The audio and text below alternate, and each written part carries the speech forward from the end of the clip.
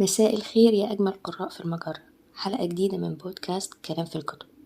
وفي الحلقة دي هتكلم عن أكتر 10 كتب عجبتني السنة دي، وهيكون كمان في قائمة شرفية لكتب كانت جميلة برضو.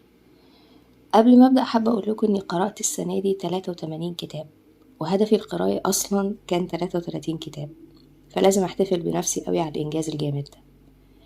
اختياري للكتب العشرة واللي في القائمة الشرفية تم بناء على استمتاعي بيها ومدى تأثيرها عليا. وكمان المعيار الأصعب هو سؤال سألته لنفسي، اللي هو هل ممكن أرجع أقرأ الكتب دي تاني يوما ما؟ إلى حد كبير الإجابة هي أيوة. في كتب كتير جدا من القائمة دي هرجع أقراها. هي في العموم كانت سنة قرائية موفقة جدا، وهي الأفضل من ساعة ما بدأت أقرأ بانتظام قبل 7 سنين تقريبا. نبدأ بقى. المركز العاشر كان من نصيب جريمة الولادة لتريفر نوا. عايزة أقول لكم إن ده أول كتاب قرأته في 2024، وحقيقي كان من أكتر الكتب اللي نفسي أقراها بقالي كذا سنة. وأول ما عرفت إنه نزل في المكتبات في مصر اشتريته من غير تردد، ولما قرأته ما خيبش أملي أبدا. بالعكس، كان كتاب دمه خفيف ومؤثر.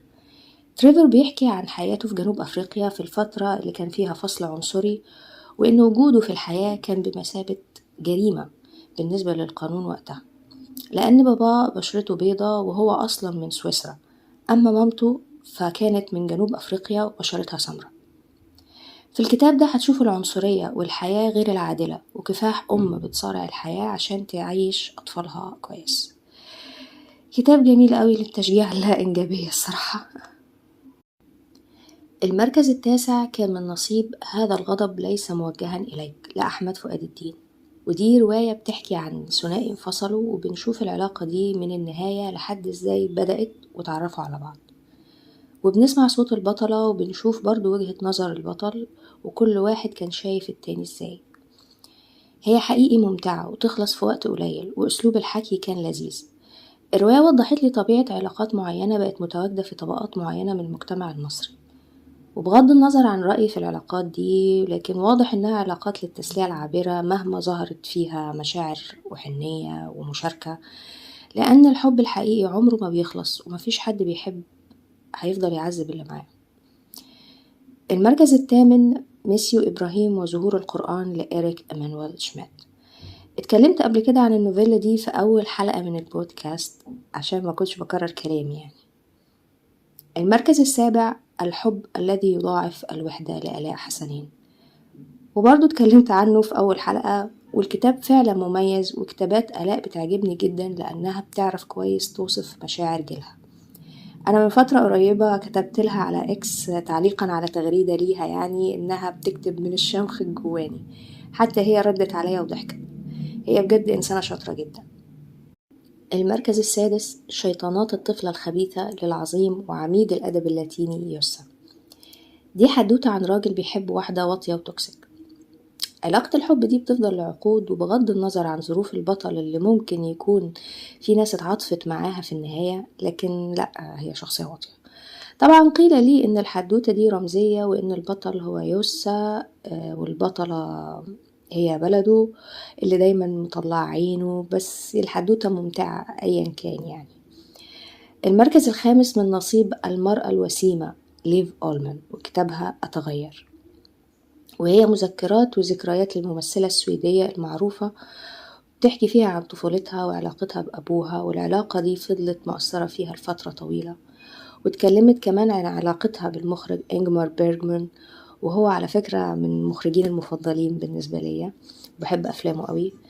اتكلمت كمان عن علاقتها ببنتها وشغلها في الفن، وقد ايه الست دي حساسة وعندها حكمة في النظر للأمور وللأشخاص. المركز الرابع للعظيم هاروكي موروكامي وروايته تسوكورو تازاكي عديم اللون وسنوات حجه، ودي اتكلمت عنها برضو في الحلقة الأولى من البودكاست.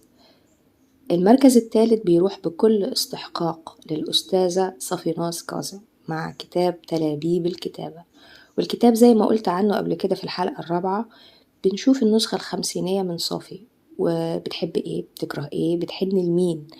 ولو عايزين حكي طويل جدا عن الكتاب ممكن تسمعوا الحلقة الرابعة.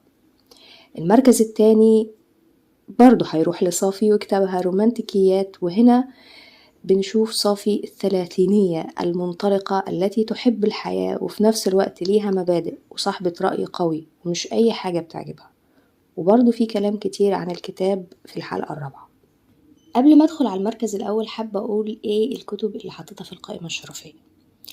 أولا الأعمال الكاملة لفروغ فرزاد، امتداح الخالة ليوسا، رسائل غسان كنفاني لغادة السمان، كيف نحافظ على سلامة عقولنا لإليف شفاق، الحب والفراق على أريكة التحليل النفسي لآرون شوستر، أمي العزيزة من الأمر لعلي أشرف درويشيان.